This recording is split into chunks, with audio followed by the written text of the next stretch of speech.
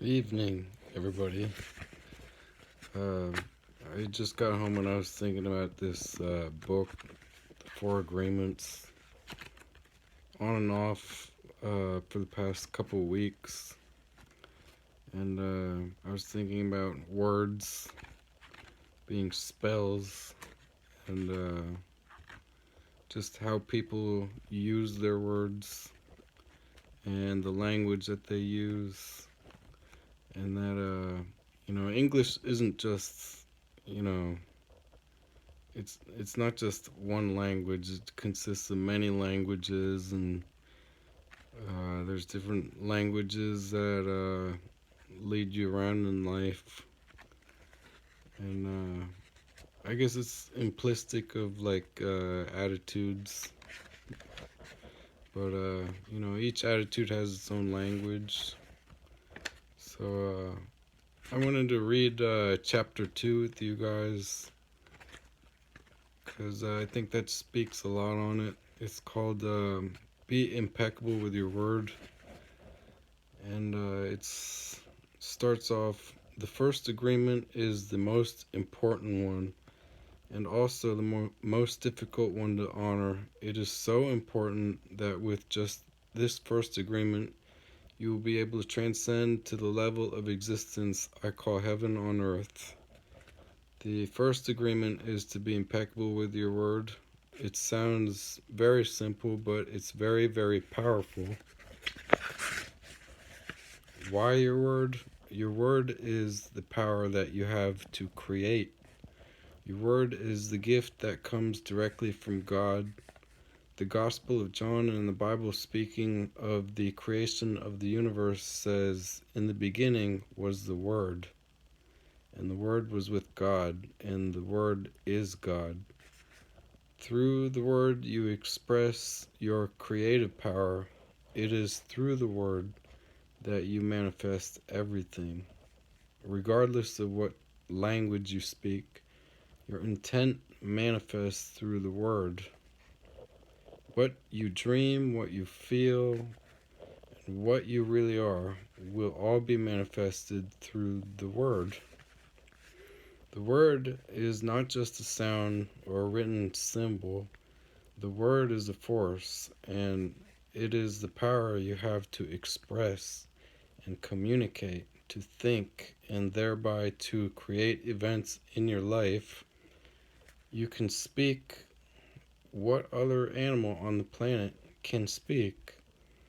The word is the most powerful tool you have as a human. It is the tool of magic, but like a sword with two edges, your word can create the most beautiful dream, or your word can destroy everything around you. One edge is the misuse of the word, which creates a living hell. The other edge is the impeccability of the word, which will only create beauty, love, heaven on earth. Depending on how it is used, the word can set you free or it can enslave you, even more than you know. All the magic you possess is based on your word. Your word is pure magic, and misuse of your word is black magic. The word is so powerful that one word can change a life or destroy the lives of millions of people. Some years ago, one man in Germany, by the use of the word, manipulated a whole country of the most intelligent people. He led them into a world war with just the power of his word. He convinced others to commit the most atrocious acts of violence. He activated people's fears with the word, and like a big explosion, there was killing and war all around the world. All over the world, humans destroyed other humans because they were afraid of each other. Hitler's word, based on fear-generated beliefs and agreements, will be remembered for centuries. The human mind is like a fertile ground where seeds are continually being planted. The seeds are opinions, ideas, and concepts. You plant a seed, a thought, and it grows. The word is like a seed, and the human mind is so fertile. The only problem is that too often it is fertile for the seeds of fear. Every human mind is fertile, but only for those kinds of seeds it's prepared for. What is important is to see which kind of seed our mind is fertile for, and to prepare it to receive the seeds of love. Take the example of Hitler. He sent out all those seeds of fear, and they grew very strong and beautifully achieved massive destruction. Seeing the awesome power of the word, we must understand what power comes out of our mouths. One fear or doubt planted in our mind can create an endless drama of events. One word is like a spell, and humans use the word like black magicians, thoughtlessly putting spells on each other. Every human is a magician, and we can either put a spell on someone with our word, or we can release someone from a spell. We cast spells all the time with our opinions. An example, I see a friend and give him an opinion that just popped into my mind. I say, I see that kind of color in your face and people who are going to get cancer. If he listens to the word and he agrees, he will have cancer in less than a year. That is the power of the word. During our domestication, and parents and siblings gave their opinion about us without even thinking. We believed those opinions and we lived in fear over these opinions. Like not being good at swimming or sports or writing, someone gives an opinion and says, "Look, this girl is ugly." The girl listens, believes she is ugly, and grows up with the idea that she is ugly. It doesn't matter how beautiful she is, as long as she has that agreement, she'll believe that she's ugly. That is the spell she is under. By hooking our attention, the word can enter our mind and change a whole life for better or worse. Another example, you may believe you are stupid, and you may have believed this for a long time. As you can remember, this agreement can be tricky, causing you to do a lot of things just to ensure that you are stupid. You may do something and think to yourself, I wish I were smart, but I must be stupid, or I wouldn't have done that. The mind goes in hundreds of different directions, and we could spend days getting hooked by just that one belief in our own stupidity. Then one day someone hooks your attention and using the word lets you know you are not stupid. You believe what the person says and make a new agreement. As a result, you no longer feel or act stupid. A spell is broken just by the power of the word. Conversely, if you believe you are stupid, someone hooks your attention and says, "Yes, you are really the most stupid person I've ever met." The agreement will be reinforced and become even stronger. Now let us see what the word impeccability means. Impeccability means without sin. Impeccable comes the word from the Latin peccatus, which means sin, and the im in impeccable means without. So impeccable means without sin. Religions talk about sin and sinners, but let's understand what it really means to sin. A sin is anything that you do which goes against yourself. Everything you feel or believe or say that goes against yourself is a sin. You go against yourself when you judge or blame yourself for anything. Being without sin is exactly the opposite. Being impeccable is not going against yourself. When you are impeccable, you take responsibility for your actions, but you do not judge or blame yourself. From this point of view, the whole concept of sin changes from something moral or religious to something common sense. Sin begins with rejection of yourself. Self-rejection is the biggest sin that you commit. In religious terms, self-rejection is a mortal sin, which leads to death. Impeccability, on the other hand, leads to life. Being impeccable with your word is not using the word against yourself. If I see you in the street and I call you stupid, it appears that I'm using the word against you, but really I'm using my word against myself, because you're going to hate me for this, and your hating me is not good for me. Therefore, if I get angry and with my words send all that emotional poison to you, I'm using the word against myself. If I love myself, and I will express that in my love and my interactions with you, and then I am being impeccable with the word, because that action will produce a like reaction. If I love you, then you will love me. If I insult you, you will insult me. If I have gratitude for you, you will have gratitude for me. If I'm selfish with you, you'll be selfish with me. If I use the word to put a spell on you, you are going to put a spell on me. Being impeccable with your word is the correct use of your energy. It means to use your energy in the direction of truth and love for yourself.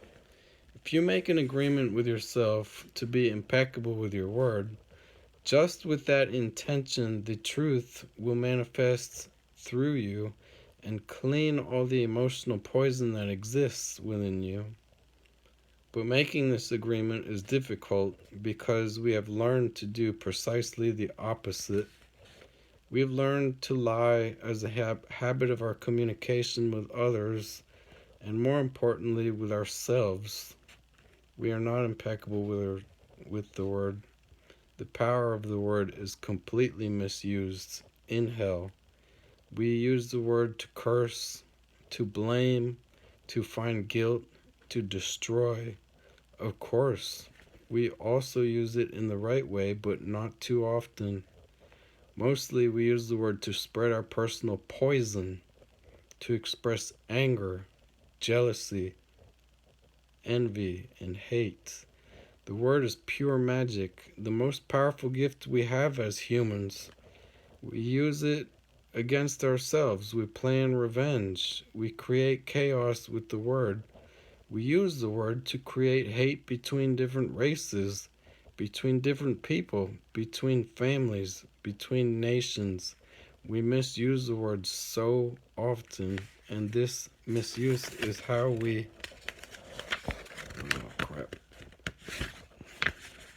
create and perpetuate the dream of hell. Misuse of the word is how we pull each other down and keep each other in a state of fear and doubt. Because the word is the magic that humans possess and misuse. And misuse of the word is black magic. We are using black magic all the time without knowing that our word is magic at all.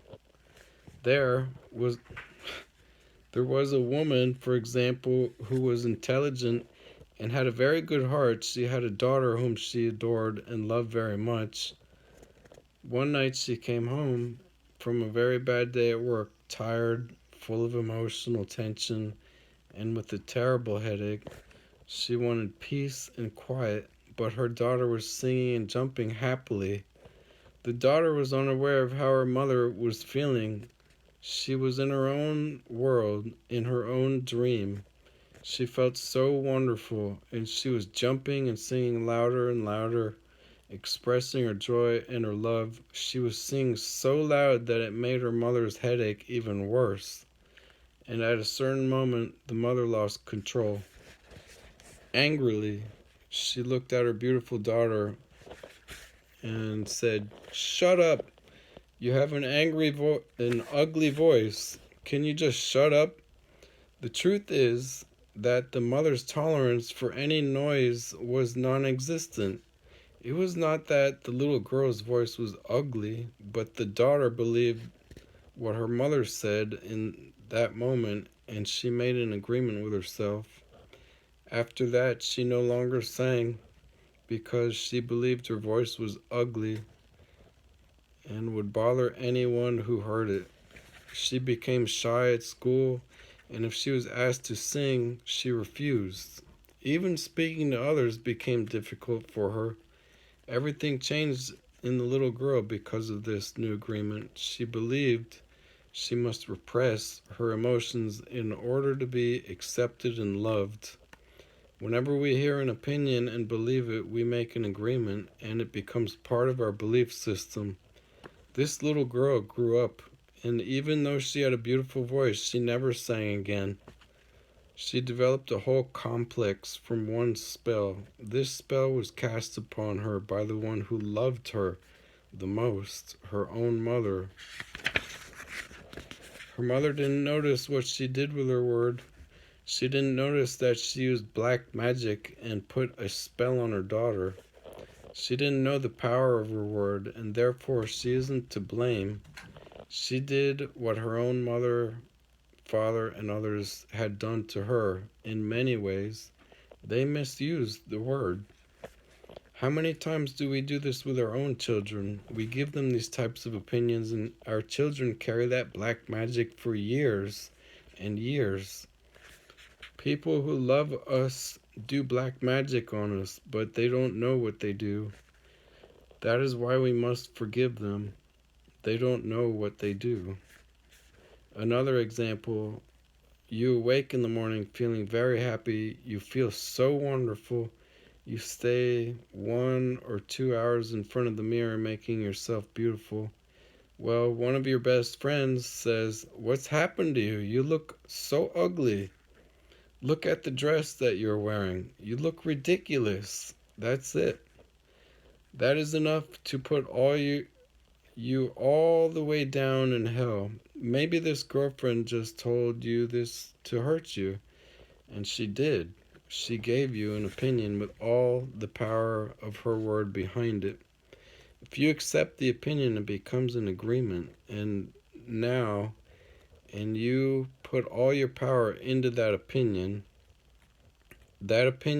becomes black magic.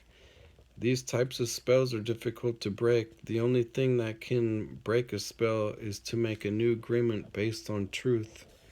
The truth is the most important part of being impeccable with your word. On one side of the sword are the lies which create black magic, and on the other side of the sword is the truth which has the power to break the spell of black magic. Only the truth will set us free. Pages are left. I might come back to this. This is a lot of pages. I got like 5 more pages. It's 10 actually. Double-sided.